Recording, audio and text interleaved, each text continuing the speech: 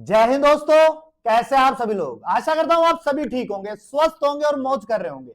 मैं अंकित एक बार फिर से आपके अपने YouTube चैनल वासुदेवा एजुकेशन में आपका स्वागत करता हूं। और बच्चों, आज मैं आपके लिए एक बेहतरीन वीडियो लेके आया हूं जहां पर आपके लिए बहुत कुछ होने वाला है। और इस वीडियो को अगर आपने बहुत गौर से और प्यार से समझ लिया ना बेटा, तो आपकी बल्ले बल्ले होने वाली है। भंगड़ा पाओगे, डांस करोगे बढ़िया डीजे उजे बजा करके। रीजन क्या है? रीजन सिंपल सा है, सेमेस्टर में नहीं रखना चाहते हो पेपर बैक, तो जान लो ये मेरी बात, जान लो मेरी कुछ बातें जिससे कि आपका पेपर बैक होने से बच जाए। और बेटा जिसका बैक है ना, उनसे पूछना, वो पिछले 3 साल से घसीटते हुए आ रहे हैं। जो 5th सेमेस्टर में ना, उनको पूछना पेपर बैक रखना कितना नुकसानदायक होता है। बेचारों ने पूरा 1 महीना खराब कर दिया और उसकी वजह से उनका फॉर्म डिले हो गया, और फॉर्म डिले होने की वजह से उनके एग्जाम पोस्टपोन्ड हो गए। और नहीं तो अब तक आपके साथ में वो भी एग्जाम की प्रिपरेशन कर रहे होते। तो समझो मेरी बात को, करना क्या है। सबसे बड़ा यहाँ पे इंपॉर्टेंट रोल जो प्ले करेगा वो कॉपी प्ले करेगी। क्यों प्ले करेगी? कॉपी। क्योंकि आपकी कॉपी ही आपका सब कुछ है। वहां पे ना आप होंगे ना कुछ होगा, बोलने के लिए नहीं होगा साहब ये ऐसे लिखा हुआ है, नहीं, आपकी कॉपी बोलेगी वहां पर। इसीलिए तो कहा जाता है ना बेटा, फर्स्ट इंप्रेशन लास्ट इंप्रेशन ना बन जाए। इसीलिए कॉपी का फर्स्ट पेज लास्ट ना बन जाए, कहीं सामने वाले का खोपड़ा ना खराब हो जाए कि वो ऐसे ऐसे करने की बजाय उसको घुमा देगा, क्रॉस ना कर दे। इसलिए फर्स्ट इंप्रेशन लास्ट इंप्रेशन ना बन जाए, इसके लिए हमें ध्यान में क्या रखना है, कॉपी में क्या लिखना है, कॉपी को किस प्रकार से सुंदरता में रखना है, इसकी हम बात करेंगे। तो आ जाओ पीछे की ओर, आ जाओ पीछे की ओर। और यहां पर हम आज का टाइटल लिखते हैं, जो हम बात करेंगे कि कॉपी में कैसे लिखे, कॉपी में कैसे लिखे। तो मेरे प्यारे भाइयों, मेरे प्यारी बहनों, छात्रों छात्राओं, सब सुनो, बात ध्यान से सुनना। कॉपी में लिखना कैसे? अब आप कहोगे सर कॉपी में तो हम डेली लिख रहे हैं, हम नोट्स बनाते हैं ना, हम वैसे ही लिख देंगे। नहीं, वैसे नहीं लिखना है बेटा। आपको कुछ अलग करना है। अलग कैसे करना है उसकी मैं बात करूंगा। उससे पहले देखो, अपने पास में बेटा स्ट्रीम्स होती है। एक आर्ट्स स्ट्रीम है, एक साइंस स्ट्रीम है, जिसमें अपने पास में मैथ आती है, बायो आती है, ठीक है ना, ज्योग्राफी भी अपना ही पार्ट है, ठीक है। इसके अलावा कॉमर्स स्ट्रीम भी होती है। अब सुनो, इन तीनों की कॉपियों को अलग अलग तरीके से देखा जाता है। देखो साइंस की है, साइंस में केमिस्ट्री का एग्जाम है, इनऑर्गेनिक पैटर्न है। इनऑर्गेनिक पैटर्न में आपको केवल क्या बनानी है? इक्वेशन बनानी है। अब उसमें रामायण थोड़ी लिखने के लिए बैठोगे। आर्ट्स में तो रामायण लिख देंगे बेचारे, आर्ट्स में तो रामायण, उनमें पूछ ले मोदी के ऊपर निबंध लिखो, तो मोदी के ऊपर लिखते जाएंगे लिखते जाएंगे लिखते जाएंगे, पेज भर देंगे। आप थोड़ी भर दोगे इक्वेशन में। आपकी इक्वेशन 4 लाइन की तो 4 ही लाइन में आएगी, 5वीं में नहीं जाएगी वो। इसलिए कहा जाता है साइंस की कॉपियों को क्वालिटी की नजर से देखा जाता है, ना कि क्वांटिटी की नजर से। तो साइंस के बच्चे आप अच्छे से ध्यान रखना कि आपकी कॉपी में क्वालिटी होनी चाहिए, क्वांटिटी नहीं होनी चाहिए, पेज नहीं भरे होने चाहिए। क्योंकि जितने पेज भरोगे ना उतना नुकसान होगा आपका। हाँ, टॉपिक से रिलेटेड मैटर है, लिख दो, नहीं है तो स्टॉप हो जाओ। उसको सेलेक्टेड लिखना है आपको। अब दूसरी बात यह भी होती है, सर कॉपी के पेज भर जाएंगे तो, कई बच्चों के दिमाग में होता है सर कॉपी के पेज भर गए तो। क्योंकि बचपन से उन्हें, जो टॉपर बच्चे होते हैं ना, उनके दिमाग में कीड़ा होता है, सर हमें सप्लीमेंट्री मिल जाएगी क्या? अरे मेरे भाई एक चीज याद रखना, कॉपी में लगभग 36 के, समझो 33 से 36 के बीच में पेज आएंगे। अब मुझे दिए हुए बहुत टाइम हो गया तो मुझे कंफर्म याद नहीं है, लेकिन 33 से 36 के बीच में पेज आते हैं। आप कितना भी लिख लेना, साइंस के बच्चों की बात करो, आप कितना भी लिख लेना, ये 36 पेज आपके नहीं भरेंगे। तो ये चीज तो आप दिमाग से निकाल दो, सप्लीमेंट्री मिलेगी या नहीं मिलेगी। दूसरी बात, और वेरी इंपॉर्टेंट बात, देखो हम क्या करते हैं, हम थोड़ी सी लापरवाही करते हैं। हम थोड़ी सी क्या करते हैं? लापरवाही करते हैं। अब लापरवाही क्यों करते हैं? क्योंकि हम सोचते हैं कि हम स्कूल में जा रहे हैं, वहां खास करके लड़के लापरवाही करते हैं। लड़के सोचते हैं यार एक पेन से काम चल जाएगा, नहीं होगा तो दूसरे से मांग लेंगे। नहीं बेटा, ऐसे नहीं करना है आपको। आप 2 पेन साथ में रखो, कम से कम 2 पेन, और 2 पेन तो रखना ही है आपको, चाहे लड़के हो लड़कियां, 2 पेन। अब इन 2 पेनों में एक आपका होना चाहिए ब्लू पेन, एक आपका कौन सा होना चाहिए? Blue pen. और एक आपका कौन सा होना चाहिए? Black pen. एक आपका कौन सा होना चाहिए? Black pen. अब ब्लू पेन और ब्लैक पेन क्यों कह रहा हूं मैं, तो समझो। देखो ब्लू पेन से हम पूरा का पूरा राइट करेंगे, पूरा का पूरा लिखेंगे अपन, यानी कि पूरा मैटर उससे लिखना है हमें। ब्लैक से केवल हमें हेडलाइन लिखनी है, और जिससे कि वो हेडलाइन दूर से दिखाई दे। हाँ भाई ये ऐसे पढ़ रहा है, जैसे हार्डी-वीनबर्ग पढ़ा तो हार्डी-वीनबर्ग लो। आप कुछ जूलॉजी की बात करें तो आपने जैसे पढ़ा पैरामीशियम में गमन, तो वो हाईलाइट हो रहा है तो सामने वाला देखेगा कि ये पैरामीशियम के बारे में लिख रहा है। अब ब्लू ब्लू कॉम्बिनेशन हो जाता है, बेचारे को नहीं दिखता है।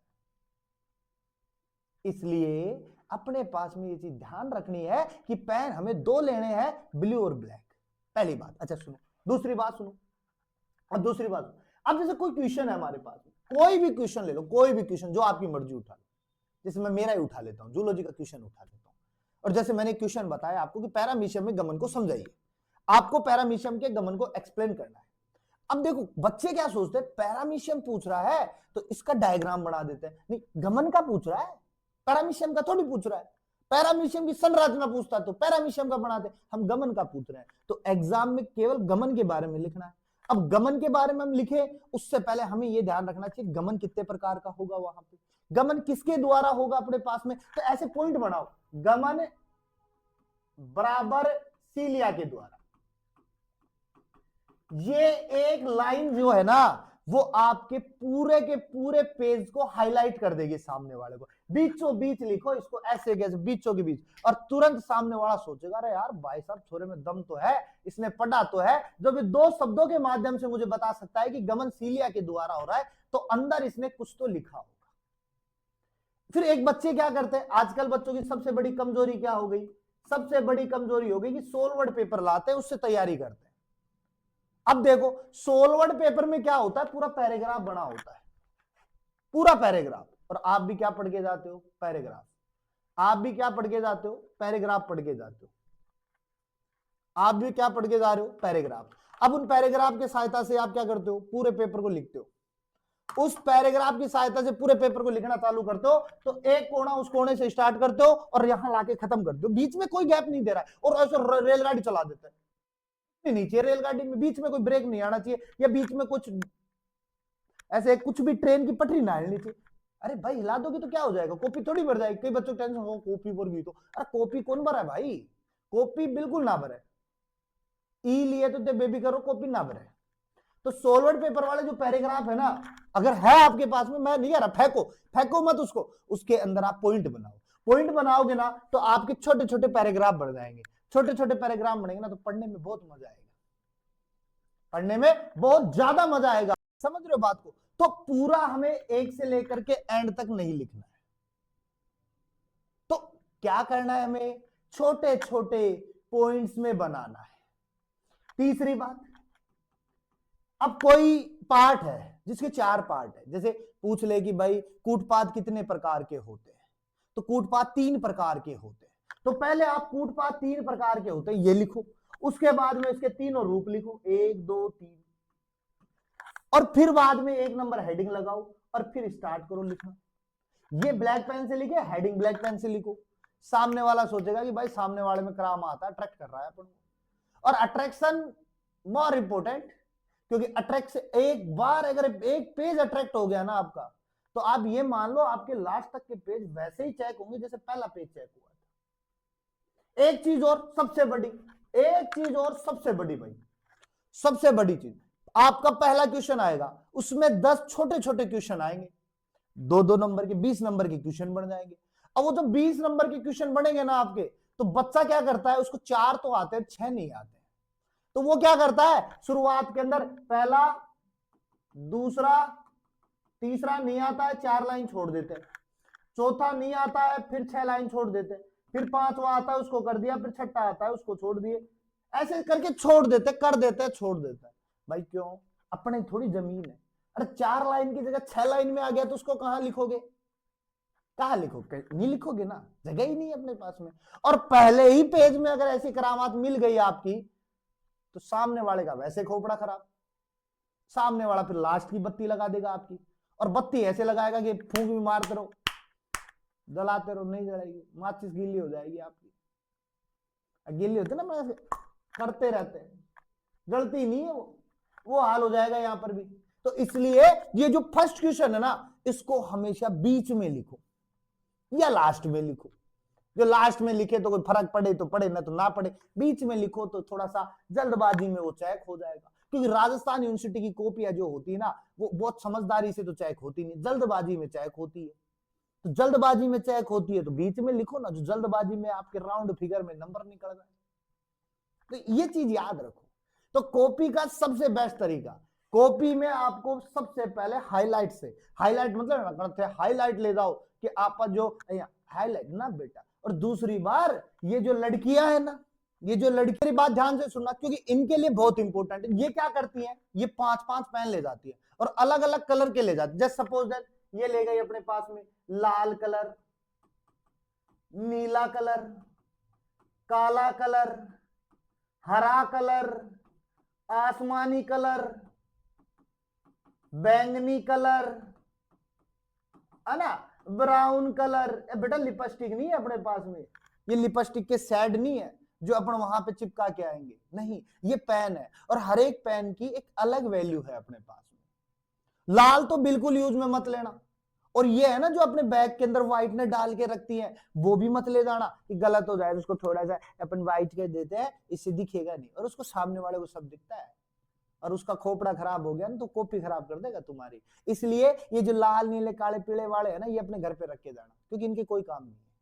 और जितना ज्यादा रंग बिरंगा बनाओगे ना, तो तुम्हें रंग बिरंगा वो बना देगा, किसमें, पेपर को बैग रख देगा आपके। तो रंग बिरंगे वाली चीजें घर रखना। 2 पेन यूज में रखना, ब्लैक और ब्लू, क्योंकि ये बहुत अच्छे पेन है। क्योंकि आपने देखा होगा जब वो मार्कशीट बननी होती है तो भी ब्लैक यूज में लेते हैं, ब्लू यूज में लेते हैं। तो ये काला पीला दोड़ा दाड़ा सब करान राख जो आको कोई रोल कौन सा बड़े जिंदगी का मायने कत्ते कौन काम की। तो ए चीज को बड़ो ध्यान रखना चाहिए। और इसके अलावा सबसे इंपॉर्टेंट बात मेरी, और वो सबसे बड़ी बात ये है कि इस कॉपी को बड़े प्यार से लिखना है आपको। ऐसे नहीं कि आप जल्दबाजी, जैसे मेरी राइटिंग है कीड़े मकोड़े वाली, तो आप भी ऐसे कीड़े मकोड़े मत बना देना। क्योंकि 3 घंटे मिलते हैं, बहुत सफिशिएंट होते हैं, क्योंकि अपन को ट्रेन तो लेनी नहीं है कि अपन को 2 घंटे में पेपर घंटे भर में करके बैठना है। अरे बड़ी सो भाई देगा 2 घंटा पहले निकलवा भी खुद भी भाई, प्राइवेट वाले तो निकलने नहीं देंगे, गवर्नमेंट वाले सेंटर वाले तो निकलने देते हैं। अब 2 घंटे पहले भी अगर आप करके बैठ गए तो प्राइवेट वाला तो कह देगा बेटा सो जा, हेड डाउन करके। तब क्या करोगे आप? इसलिए अपने पेपर को टाइम दो, और टाइम दी हुई चीजें जो होती है ना बेटा कभी खराब नहीं होती, क्योंकि हर जगह पे टाइम बहुत जरूरी हो जाता है।